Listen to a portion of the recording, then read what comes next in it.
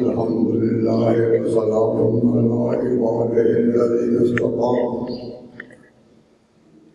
خصوصا على سيد الرسل وخاتم الأنبياء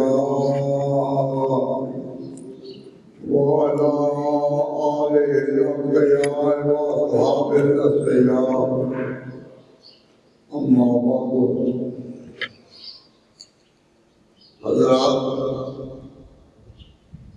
علماء کرام واجب الاحترام بزرگان قوم سامعین دوستوں اور بھائی، آج اللہ کے نام پر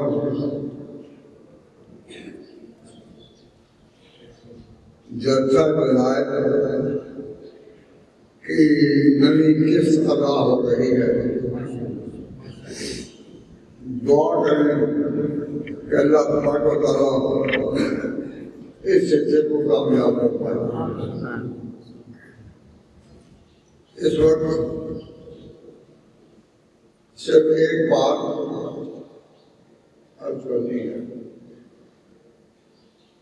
کہ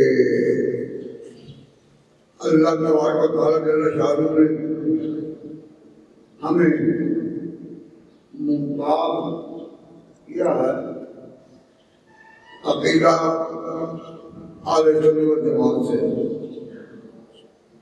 ہم اہل سنت والجماعت ہیں اور اہل سنت والجماعت کی پہچان یہی ہے کہ وہ خلفائے راشدین سے اپنے دین کا، اپنے مسلک کا، اپنے طریقے کا تعلق رکھتے ہیں.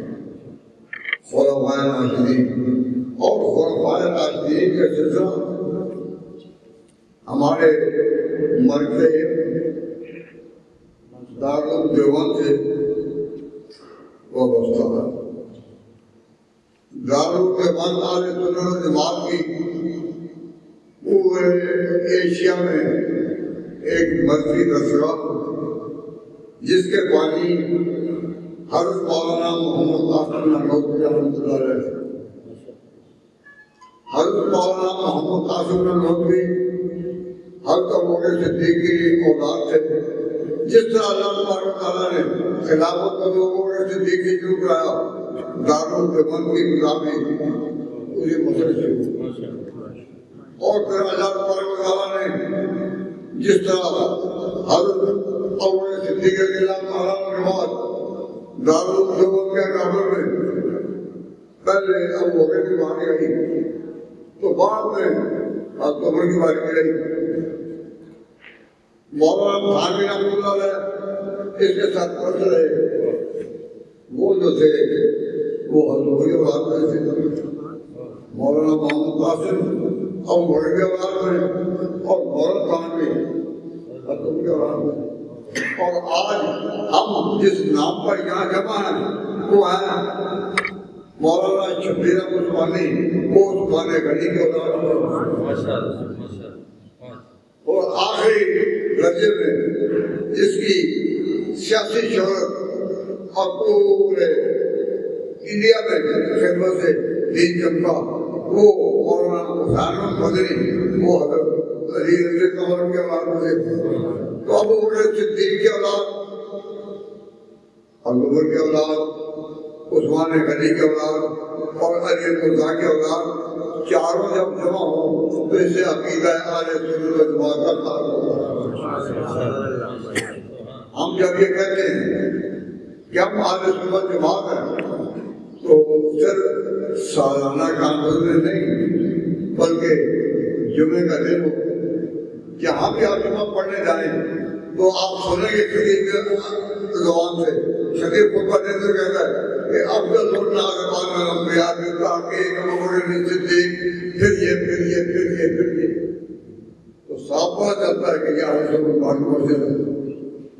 تو آج ہم اپنی اسی لائن پر چلنے کے لیے یہاں جمع ہیں اور اللہ تبارک و تعالیٰ نے توفیق فرما دی کہ ہم نے اس کا آغاز شروع نہیں کر دیا. میں یہاں اپنے کچھ غلطیوں کی اصلاح پہ ہوتی ہے. ہمارے یہاں ایک غلطی راہ پا چکی ہے. کیا کہ جو بڑے بزرگ ہیں وہ آخر میں آتے رہیں گے بیٹھتے رہیں گے، لیکن جو بزرگ ہیں وہ آخر میں. یہ غلط ہے. اور قرآن کی خلاف. قرآن پاک میں اللہ تبارک و تعالیٰ نے سب سے پہلے ام القرآن سورۃ فاتحہ رکھی ہے، جو سارے قرآن کی ماں ہے. قرآن پاک کی ماں ہے ام القرآن سب سے پہلے. تو اس کا معنی یہ ہے کہ آپ قرآن پاک کا ہر اگلا حصہ ماں کی گود میں آئے گا تو ایک رکعت ہو جائے گی، دوسرا آئے گا پھر دوسری رکعت ہو جائے گی، پھر تیسرا آئے گا تو قرآن کا حصہ نیا ہوگا اور ماں وہی ہوگی. اسی دعائیں قبول ہوتی ہیں. تو یہ مقصد ہے کہ بزرگوں کو آخر میں، تو یہ مقصد قرآن کے مطابق نہیں. اس لیے اپنی اصلاح کرتے ہوئے میں نے خیال کیا کہ لوگ جب یہاں آتے ہیں جلسے میں تو یہ سمجھتے ہیں میرے بارے میں کہ اس کی سرپرستی میں جو جلسہ ہو رہا تو اس کی باری آخر میں آؤ. تو میں نے کہا نہیں، اپنی غلطی کی اصلاح کے لیے میں اپنا پہلے سے آ جاؤں. کیوں؟ ہم ام القرآن کے ماننے والے اور اگلے حصے کو ساتھ ملا کر ضرور قربانی کریں. اب جب اس بات کی طرف ہم توجہ کرتے ہیں تو ہمیں یہ بات جاننی چاہیے کہ بزرگان دین میں اب تقریر کرنے کے لیے، بیان کرنے کے لیے پہلے کس نے آنا ہے؟ اگر کوئی نہیں تو فقیر تو حاضر ہے. میں تو آئی ہے اور نہ کوئی خلاف اصول نہیں. یہ جو اصول اپنے بنائے ہوئے ہوتے ہیں کہ نہیں اس کو آخر میں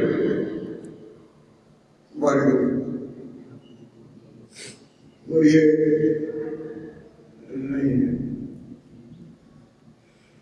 اللہ تبارک و تعالیٰ جل شانہ بات سمجھنے کی توفیق عطا فرمائے. تو صرف ایک مسئلہ بتا دوں اور پھر اگلی باری والے آئے بیٹھے ہیں. شیخ الحدیث مولانا ولایت صاحب وہ تشریف لائے ہوئے ہیں. تو اگر یہ سن لیں اور نہیں تو بھائی بیٹھے ہیں. میں صرف یہ بات کہوں گا کہ ایک ہوتے ہیں عقائد، ایک ہوتے ہیں اعمال. عقائد اور اعمال یہ الگ الگ ہے. عقائد کو کہتے ہیں اختصار کے طور پر ایمان، اور جو اعمال ہیں ان کو کہتے ہیں عمل الصالحات. تو آمنو وعملوا الصالحات ان کے سوا ہر ایک خطرے میں. والعصر زمانہ کی رفتار کو دیکھو، زمانہ تو بتا رہا ہے ان الانسان لفی خسر کے گھاٹے گھاٹے. اب اس گھاٹے سے نکلنا ہے. ان الذین آمنوا تو ایمان بھی ہو وعملوا الصالحات. یہ بات میں کہہ دوں گا کہ اب میں چھوڑتا ہوں. مولانا آئیں گے تو تواضع میں تھا، اور اگر نہ آئے تو پھر صبر کو تواضع صبر. اس اصول کی روشنی میں نے آپ سے یہ گزارش کرنی ہے کہ ہم پہلے ہیں عقائد. اور ایک ہے اعمال. عقائد ایمان ہے اور اعمال سرور کرتے ہیں. اب سارا سال اپنے اعمال کو کرتے ہو، لیکن آج کے دن تو ایمان پر بدلتے ہو کہ آپ منو اور ہم دعا کرتے ہیں کہ اللہ تبارک تعالیٰ شان آج کے اس نظام کو، آج کے پروگرام کو قبول فرمائے، اس میں برکت عطا فرمائے، برکت عطا فرمائے. اور جو بھی یہاں آئے وہ بھوکا نہیں جائے گا انشاءاللہ.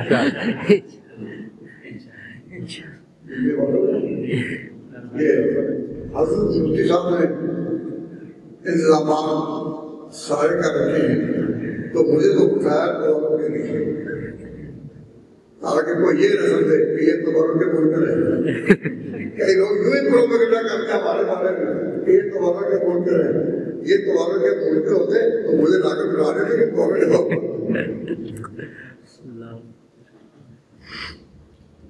تو اب میں تو خیال کرتا تھا کہ کچھ آگے چلوں، لیکن یہ بھائی بیٹھے تھے سب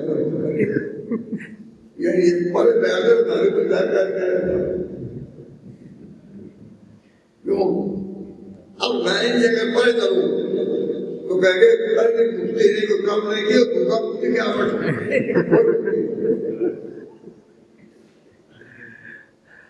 بات تھوڑی ہوتی ہے اور پھر موقع مل جاتا ہے. ہم نے دعا کی تھی لیکن کل کی تھی کہ یا اللہ پچھلے 2-4 دنوں سے ہمارے اس علاقے پر بادل لہرا رہے ہیں، تو یا اللہ جس دن قیامت ہو اس دن کو تو دھوپ چمکا دے. تو اللہ نے وہ سن لی. آج بھی جتنی بھی دعائیں کریں گے انشاءاللہ کل سنی جائیں گی اس میں کوئی فرق نہ کرے. اور ہم یہ جو میں نے آپ کے سامنے کہا کہ 4 خلفاء کی جانشینی دارالعلوم دیوبند میں، 7 خلفاء راشدین، ایمان امام محمد آل محمد. تو پہلا کیا کام کہ صدر سے وہ جاتی ہے خلافت سے. اسلامیہ اطاعت خلفاء راشدین خلافت کرتی ہے. تو جو کہ نظام چلا ہے خلفاء راشدین اور محبت جو ہے وہ ایک باطنی چیز ہے، اور باطنی چیز ہے وہ باطن نہیں رہے، اس میں جوش ہوتا ہے، اس میں انصاف ہوتا ہے.